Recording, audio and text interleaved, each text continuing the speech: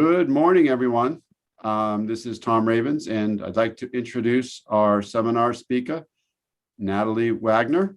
Natalie is an MSCE graduate, a recent graduate in the Water Resources Engineering Division. Natalie, I know she used to work for DEC, and she moved to a new position. Maybe, Natalie, you can sort of enlighten us about what you're doing right now. But anyway, Natalie is going to present on the Cook Inlet Watershed sediment budget work she's been doing for her thesis. Thank you. Thanks, Dr. Ravens. It's really good to see and hear you again, albeit remotely. I worked for about 10 years for an oil and gas manufacturer, looking at environmental liabilities through acquisition and divestments, and a long time ago. And then I moved to Alaska, and I spent 7 years with DEC as a Department of Environmental Conservation, as an engineer with the Water and Waste Group, and as a regulator, working with infrastructure financing, and I still do infrastructure financing now, just not with the state anymore. So in the middle there, when I was working at the state, I got really interested in understanding the world around me.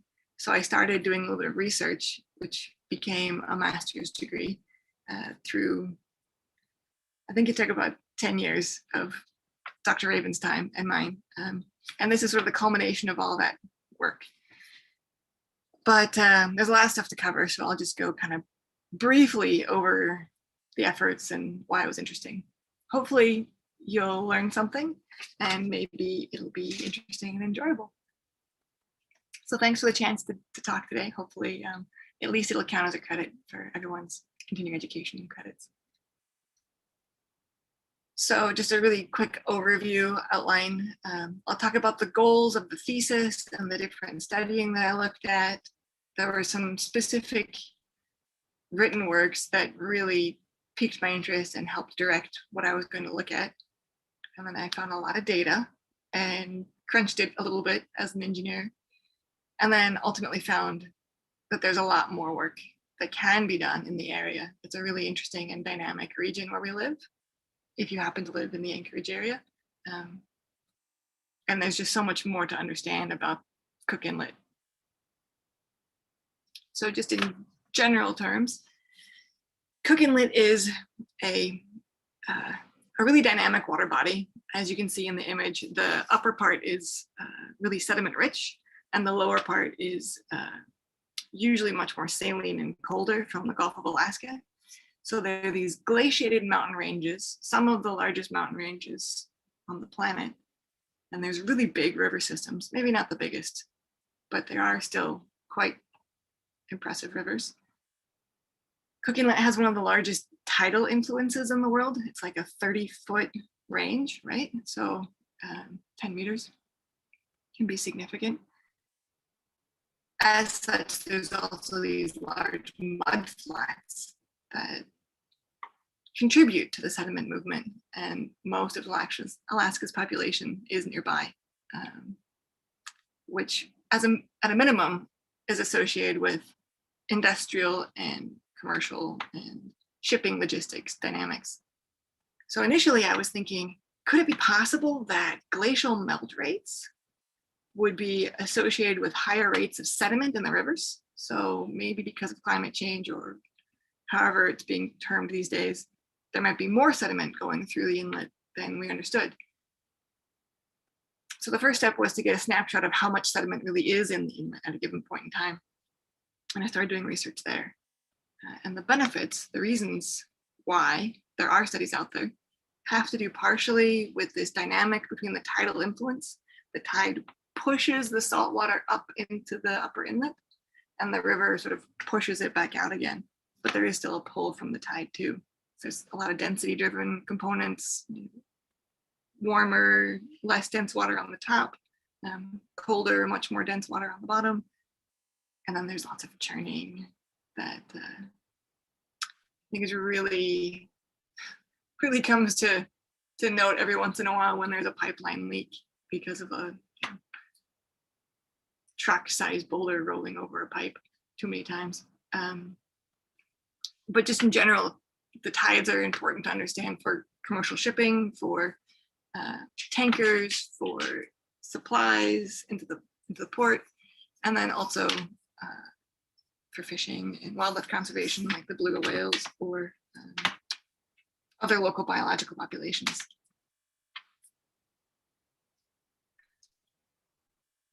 So I ended up breaking the work into about 3 groups. So I looked at data to understand what was going on with the rivers, and I created a bit of a budget, which incorporates more than just the rivers. I started at glaciers, and then I had hoped ultimately to make a fully comprehensive computer model, and I was successful on a very small aspect of that. So there's lots of room to work on there. So of the studies that I looked at, I focused specifically at Cook Inlet Watershed because that's where I was. And then I did look at other modeling studies that had been done in the area.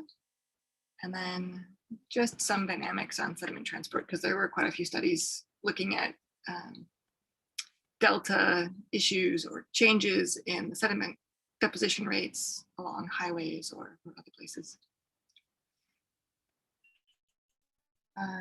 So this sort of yellow and orange image was the first study I came across. It's the Watershed overview done. It's really incredible. They talked a lot about water quality, which I wasn't really concerned with. But this map ended up being one of the better ones because it shows lots of the rivers. It implies some of the glaciers that they come from, and you can get a sense for how many sources there are, at least for water, and some of them are also carrying sediment. And through that, I learned that there was, from the main rivers, about 40 million metric tons of sediment that come annually into Upper Inlet, which seemed like a really huge number. So I wanted to learn more about other rivers because it wasn't all rivers accounted for. Not all rivers in Alaska have data sets, which other folks may not find surprising, but every once in a while I get kind of bummed by. There's some remote areas and it's not that easy to have a data station with reliable data everywhere you go. And then a tangent to my studies looked at this sort of ephemeral lake called Lake George. It's a glacial ice dammed lake that used to have some significant impacts on the Knik River, but it hasn't really burst since 1964. But it used to regularly. And there's some really cool videos that you can, if you want to, find of the ice dam breaching. It's this huge gush of water and ice. And several high water events were noted at the Knik town site, and that used to wash out the bridge over the Knik on the Old Gleg every year, every summer. And they planned in their budgets to rebuild it, which I don't think we would do. So then I, for work at the time, was really interested in understanding the density and the movement of water in Upper Inlet, specifically around the forelands. So this graphic came from Lanrel Patchen and their work with NOAA, the COOPS, NOAA Center for Ocean Observation Programs. They did some really cool tidal calibration work. And the really neat things that I ended up learning from this study is, and related studies, is that there is a lot of movement happening at the forelands. It's like, I forget the numbers right now, but it's like 6 knots at the surface, but it is sufficient to move car-sized boulders. Anyway, it's very fascinating for all the infrastructure that's built right on the edge and on either side of the inlet. The work that Dr. Johnson did with UAF was really spectacular. Looked specifically to understand where the surface water would move for spills and mitigation. And I looked at a lot of data with buoys and otherwise, and I thought was really, really very informative. And then the same thing with Dr. Danielson's more recent work out of Fairbanks. They accomplished almost everything that I had hoped to accomplish with my meager attempts into modeling. So I could rest at ease that someone had picked up that torch and wandered off with it. Anyway, so in terms of the sediment transport areas of concern, really typically the Port of Anchorage has the biggest concerns because they spend a fair amount of their budget dredging every year. And then what turns out to be maybe a very small volume of sediment in the grand scheme of things, but is a significant concern to property owners, is coastal bluff erosion. And that is definitely happening. And it could probably be better quantified, but I made some stabs for the model based on other people's work. And then just in general, the sediment doesn't stay put. If anyone studied sediment dynamics, it's especially in an area like where we live, it doesn't stay. So to start, I did a really broad brush look at all the data that was available. I took a data dump and then I just spit it out to see if there was any obvious trending. So those are all the different stations for all the different rivers in Upper Cook Inlet.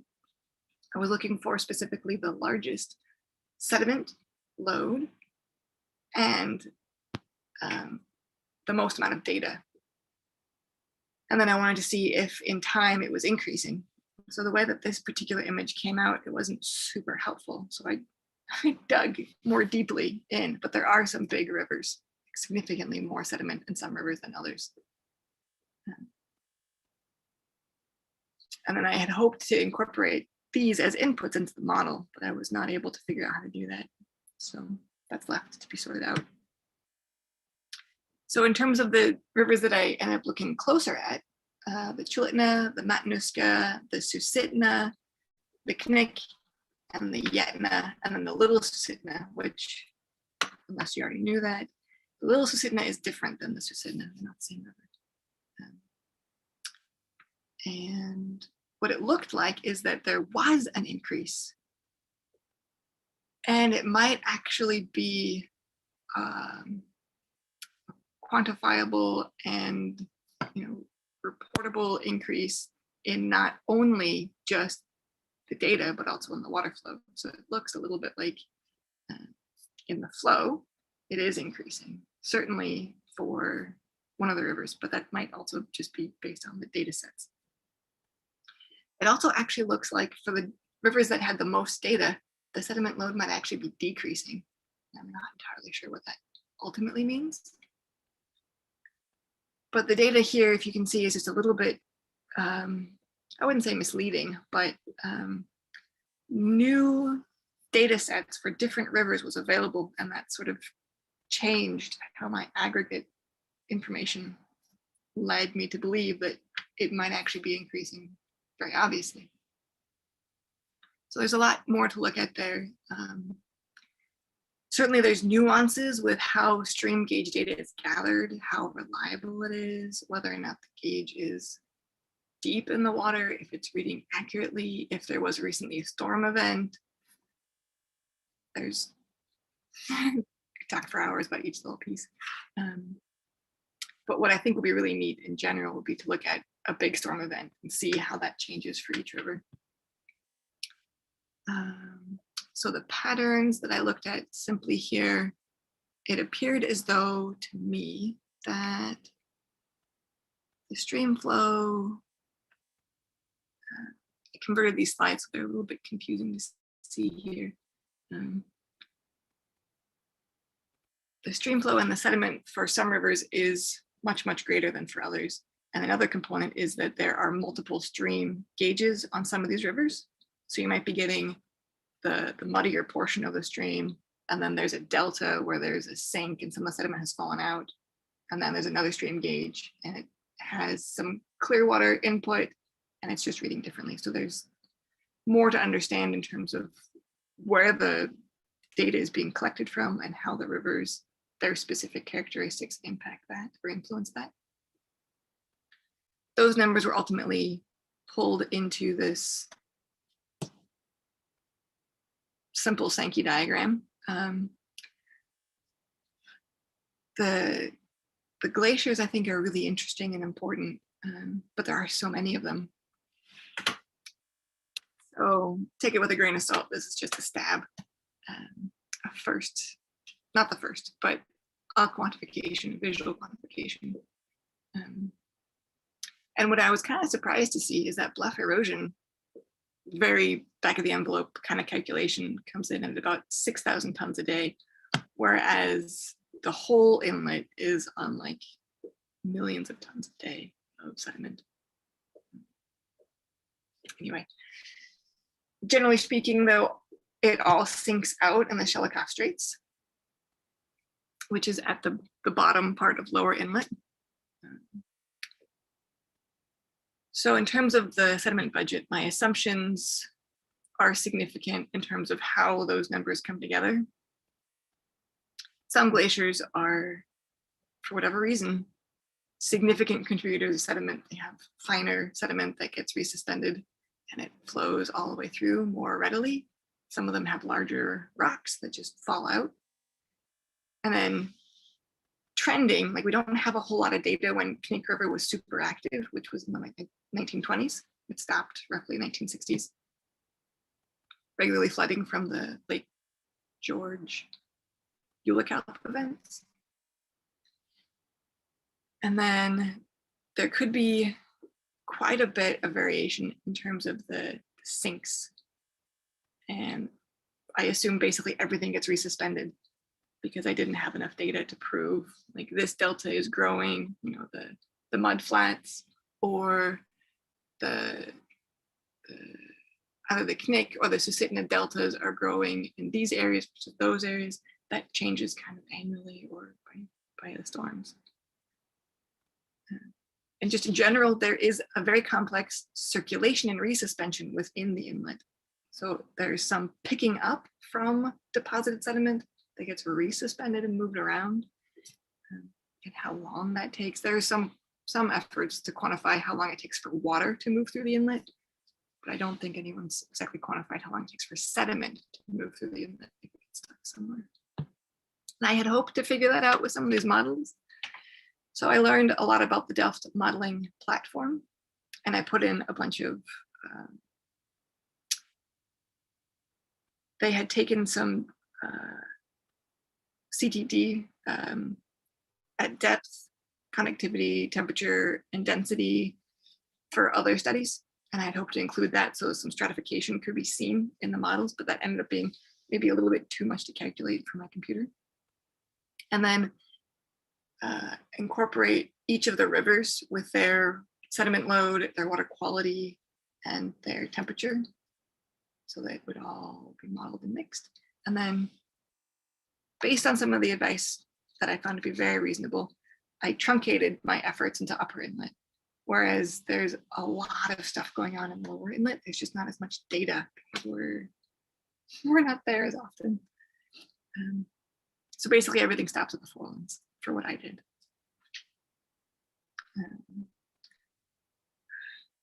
In terms of what I think can be done in the future, what I had hoped to include would be waves and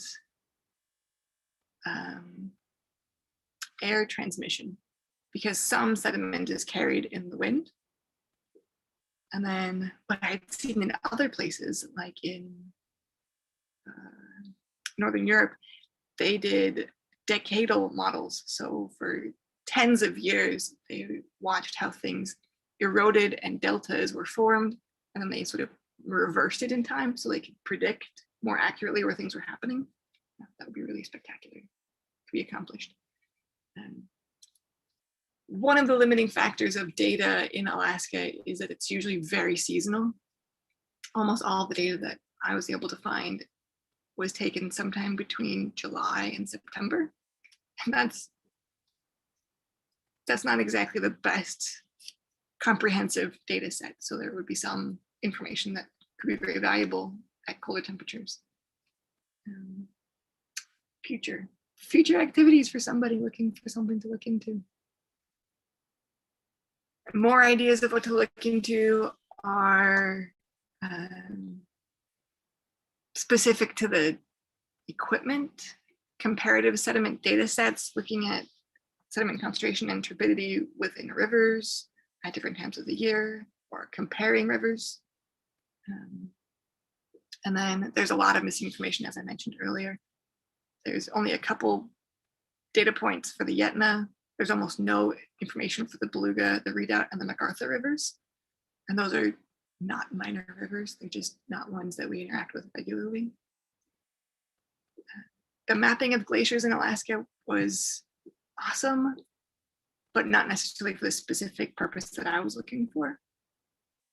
And I wasn't able to find glacial melt rates for each glacier. The studies that I was able to find looked at a couple glaciers and then extrapolated that out to a systematic, this is so many glaciers, this is the total square mileage of glaciers, this is our assumed melt rate, and this is how much we think they're diminishing.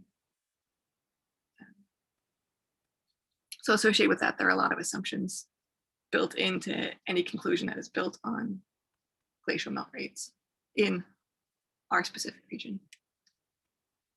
And then just for the Knik, it's close by. We could totally get more information there. It wouldn't be that hard. You can basically walk on it. But I just am totally fascinated by Lake George. There's so much that I don't understand about that. And it turns out there's actually Eulachs all over the place.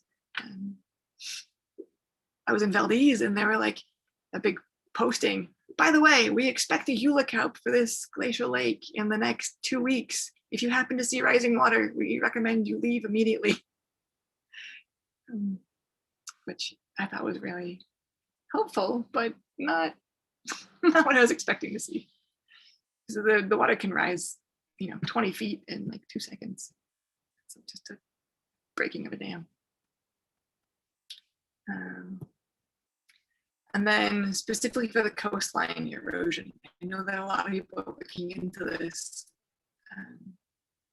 but I wasn't able to find really quantified erosion rates, like how much is happening in a specific spot in terms of tons per day that I could incorporate into the budget.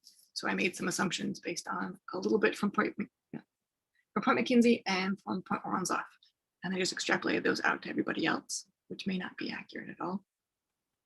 But that's really important for the sections where there's highways that are near the rivers, or if there's property that happens to be on a bluff. And I think there was some work with like GIS mapping to get a sense of where is it eroding faster, and if anything can be done to diminish the erosion and what consequences that may have. Okay, so if any of that inspired any questions, I am all ears and happy to expound on any piece that sparked your interest.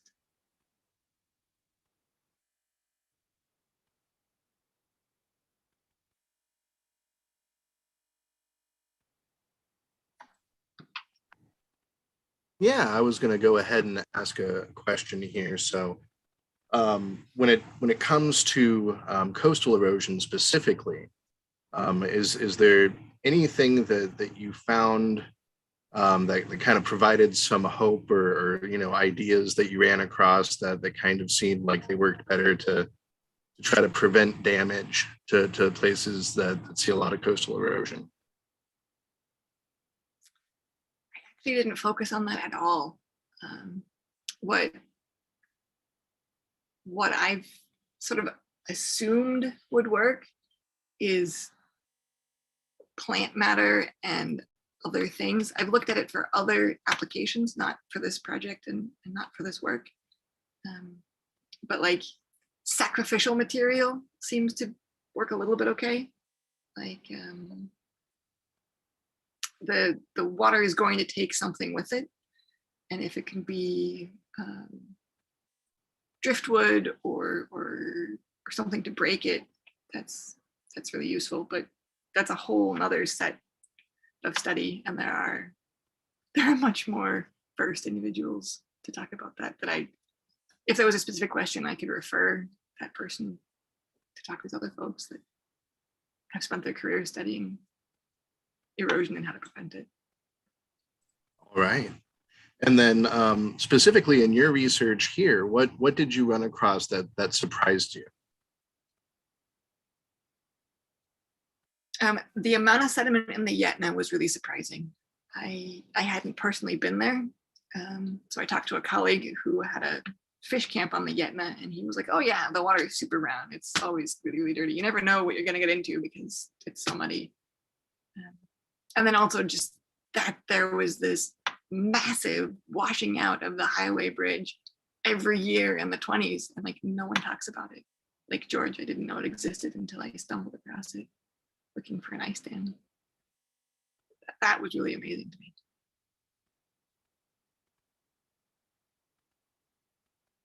Natalie?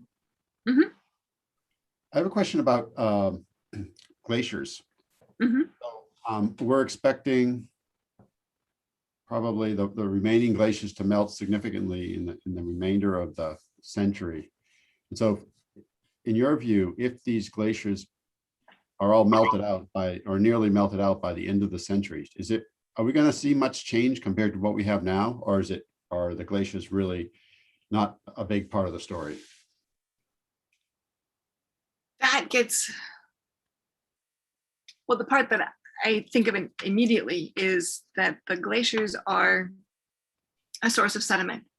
And the sediment, while for me it was fun to quantify, make a budget, little bits of grains coming in here, little bits of grains going out there, that actually serves a purpose in the biological world, where if there's no sediment, then the plankton and other biological life may not have the same growth cycle or food availability, because there's like trace nutrients that are dissolved, and it wasn't what I was studying, but I think that will be a significant concern moving forward.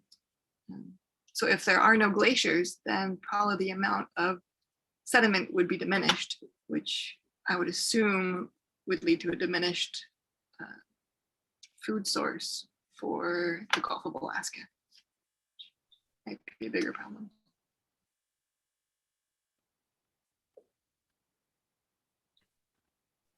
Was that what you were getting at? That's what I was getting at. Yeah. I mean, I'd be super sad that we couldn't go skiing and that there wouldn't be snow-capped mountains, and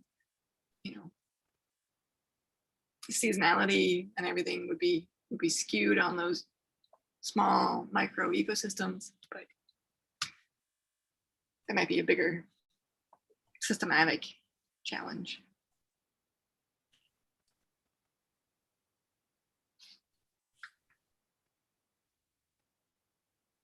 So does anyone have any questions for Natalie? Yeah, it doesn't look like we've received any through chat yet. So I think now is a good opportunity for me to say that the password for today's survey is sediment, all lowercase. And yeah, we'll just hang on for a couple of minutes here and see if we have any questions come through.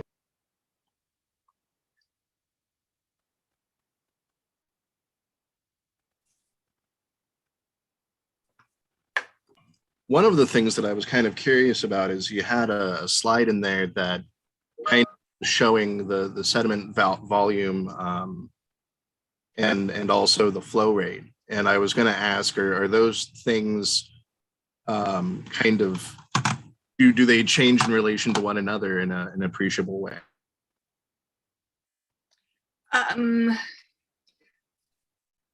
Generally speaking, the higher the flow, the potential for more sediment, certainly larger pieces of rock or otherwise.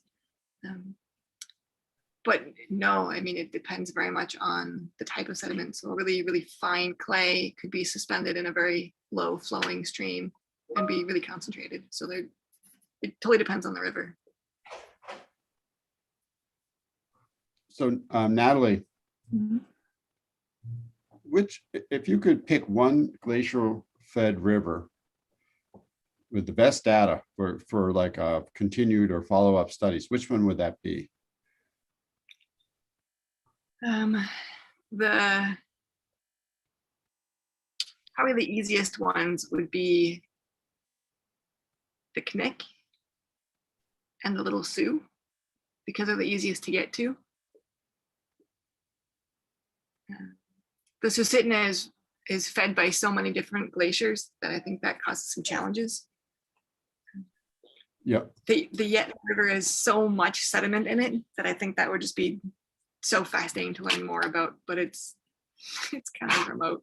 So there's a reason we don't have data on it anymore. And do you, from what you've read and learned, are the glacial systems, are they more or less the same, or are they just very, very different? So if you study one, you really can't say what's happening in another, or are there significant overlap between the systems?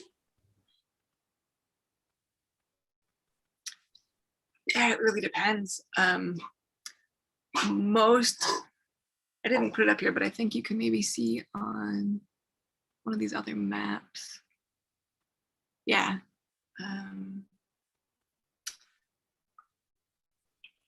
In the river data, the map on the first square block, the face of the glacier, like the mountain stands up and the glacier sits on top, and then some of that glacier feeds into one watershed and some of that glacier feeds into another watershed. So if they're next to each other, they might be really similar, but if they're on different faces of a mountain, even though they're next to each other, they might behave very differently. So that'll be one thing to worry about or consider. And I think for practical purposes, ice is somewhat of a standard condition, so that behaves somewhat in the same way wherever it is. But I like to believe that every glacier behaves just a little bit differently because the water quality coming out of every glacier is a little bit different. So the generalizations that you would make between all glaciers behaving exactly the same way would be a big assumption. Just quantifiable, maybe not. But we're stating anyway. Right. Well, one of the things that people say about, it's expected now that, okay, we got glaciers melting, and in a lot of cases that's leading to more sediment discharge from those glacial systems.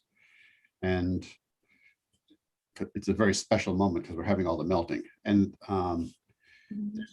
one of the ecological concerns that I've read about is that like benthic habitats may be impacted by excessive sediment deposition because of the special time that we're in now with all the melting glaciers and all the additional sediment release.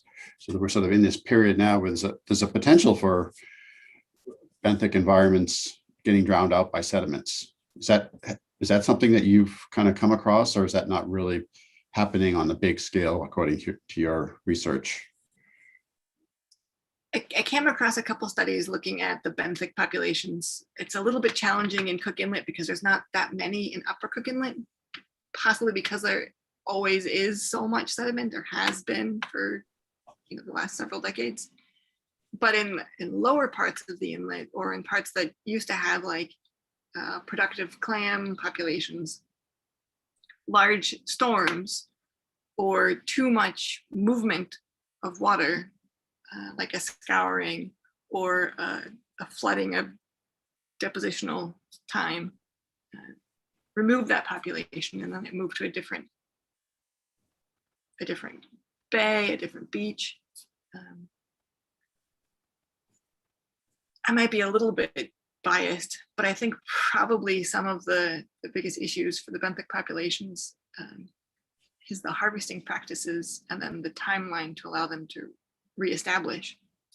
Because if they're already a tenuous population and then a large deposition event happens, but they might have been able to recover through, they're not able to. And that, I think, happened several times, probably in like the 50s in Upper Cook Inlet. There were a couple studies that looked at whether or not there were like crabs in the area and what sorts of other benthic populations existed. And there were more than.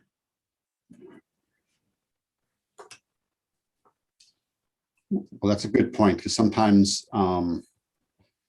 we'd like to attribute all the change to climate change, but it actually human activities, direct human activities like shellfish harvesting could be potentially having bigger impacts than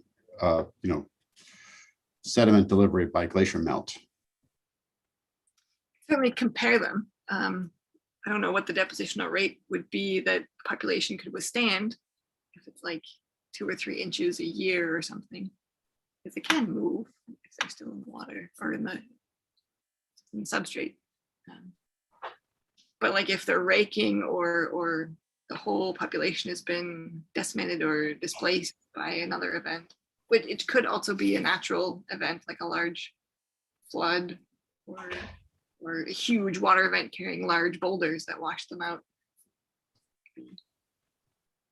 There's a cycle, or it could be a trend.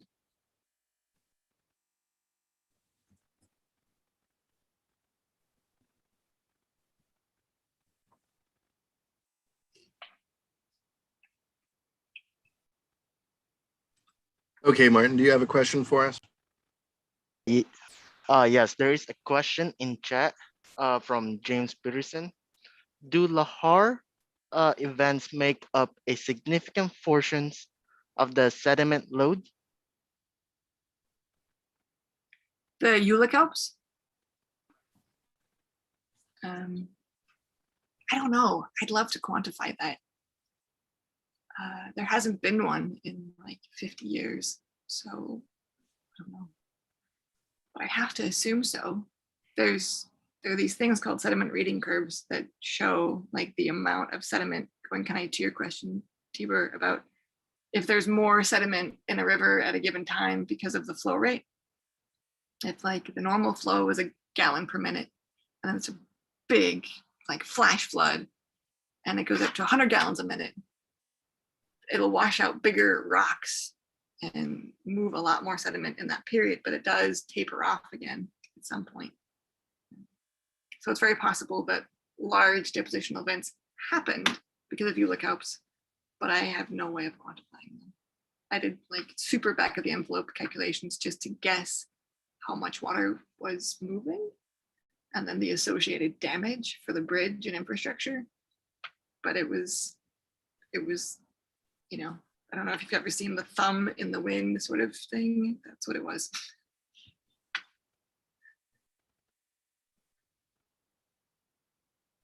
Okay, and if I'm understanding it correctly, a lahar event is actually to do with a hot and cold mixture of water and rock fragments.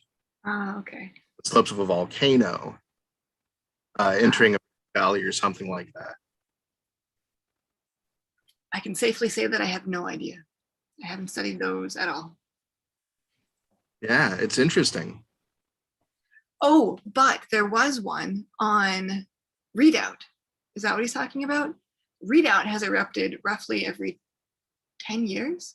It almost, in my very feeble observation, it seems to coincide whenever there's a large improvement at the tank plant over there, that the volcano erupts.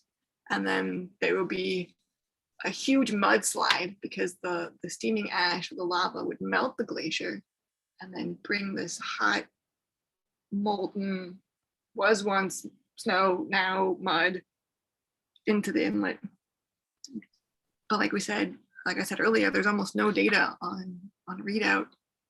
The river did move from one side of the tank farm to the other side, so the mouth changed and everything, but I don't think anyone's quantified the deposition rates or what happened with those events. But there might be another one coming up in about 5 years, so you might have an opportunity.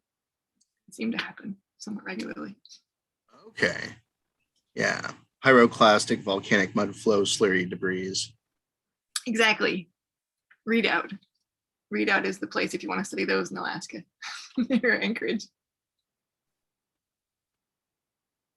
But, another perspective on, from a sediment transport point of view, it is really the big events that carry the most sediment. So it's very much a non-linear system that all the geomorphic change happens over a very short time due to very extreme hydrodynamic conditions. That's sort of like the dogma in sediment transport. So maybe it's something like that with these Laha events. A lot of stuff happens all at once, and then it calms down for a long period of time. Yeah, and I don't have the frequency exactly on the top of my head, but it was like 1960, 1975, maybe in 1990.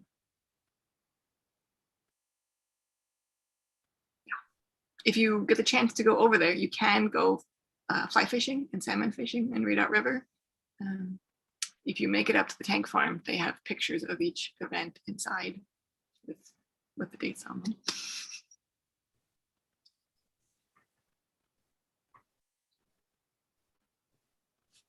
So there's a community living there, I guess. It's how does the dynamic work again? So within Cook Inlet, there are 15, 18 oil and gas platforms. The way that it was originally set up is the oil is piped over and stored in the tank farm at the base of Mount Redoubt. And then they used to fill a tanker to bring it across the inlet. But I believe they put in a pipeline somewhat recently. So now it's just carried over to the terminal for processing out of Tesoro or something. So there's like an office building with a canteen, and yeah, people live there to manage the tank farm and the oil and gas operations over there. And then the closest community I think would probably be up by Beluga and the native community of Taiwanek. They're on that side of the inlet. And there are some houses. You can buy land over there and have a cabin. They're just a little bit challenging to get to. Apparently the fishing is amazing.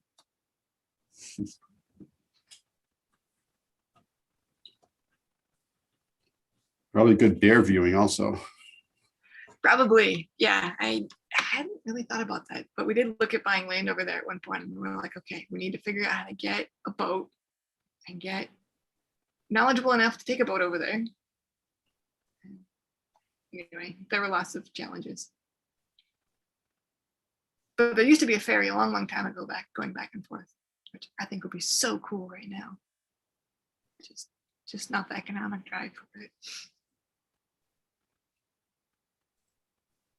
So something that kind of came to mind was, after large earthquakes kind of near some of these areas that you were studying. I don't know if you found any historical data or if that entered into your research here, but is there any implication for that? I found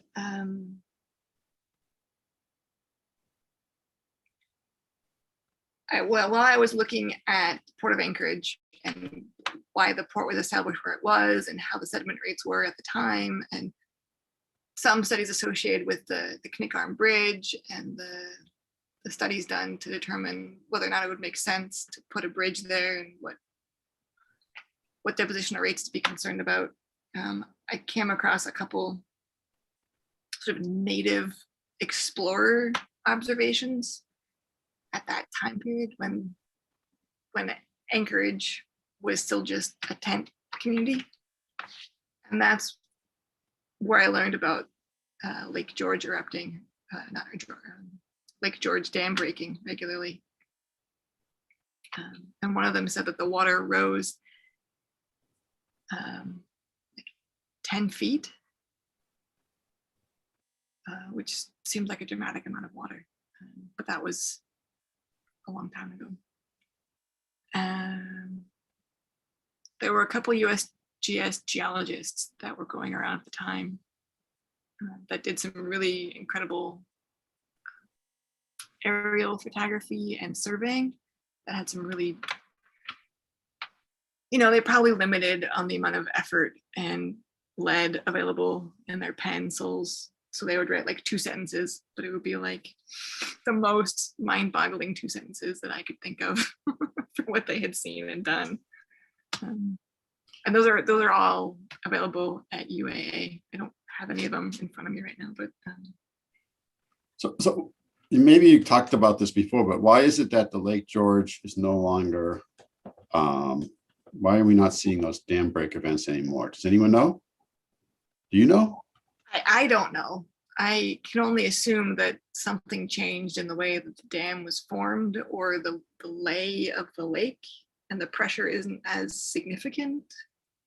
I don't know. There's some movement of the channels, and there's icebergs from other glacial fed lake movements that have connected to it. But like I think I mentioned it in the thesis, like the source for information on that is probably bush pilots. Like if anyone would know, they're the ones that are out there regularly getting a good aerial view. Whereas, academics and scientists, not really in the midst of it in that front. So patterns in what was going on up there, that will be the place to go find it.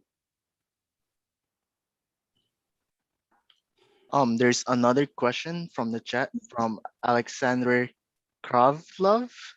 Natalie, did you try to calibrate your model?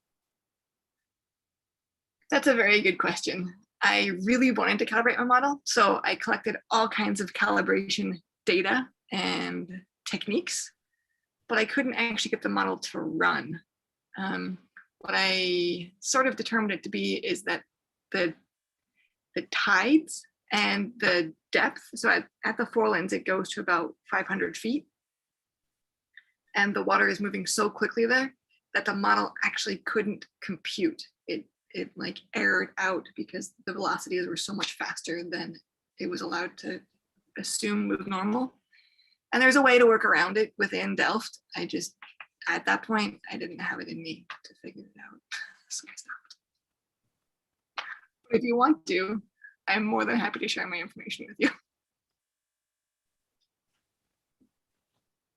You had mentioned as well that when using Delft that you had tried to, I guess, import a great deal of data, and that you basically found that you didn't have the computing power to do that, or it just didn't process, right? Can you tell us a little bit more about that? Well, there's a couple ways I can go about that.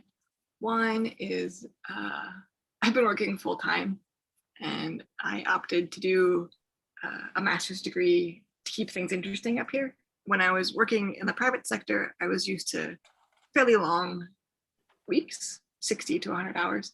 Now, when I came up to Alaska, I started working for the public sector, and I was like, oh, for 40 hours a week, I'm gonna have all this free time. I'm gonna go do something fun with it, like make a computer model. And then eventually I realized that 40 hours is enough anyway.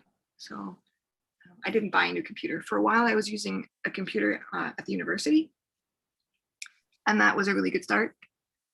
But then with having a child and then commuting and stuff, it ended up making more sense to use my home computer.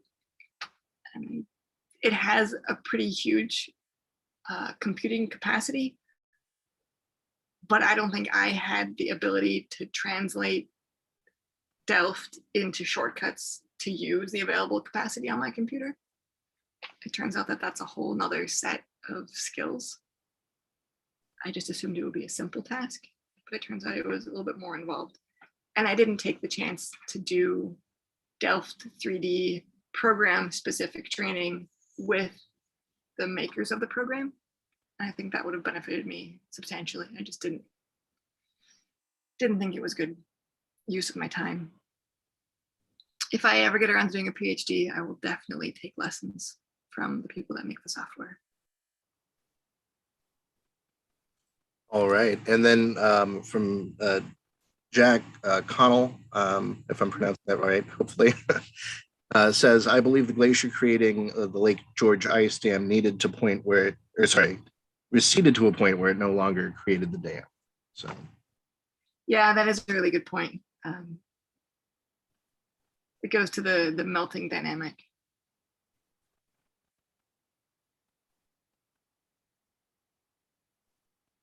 okay, and I am not seeing any more questions in chat. Cool. And we made it to 12:30.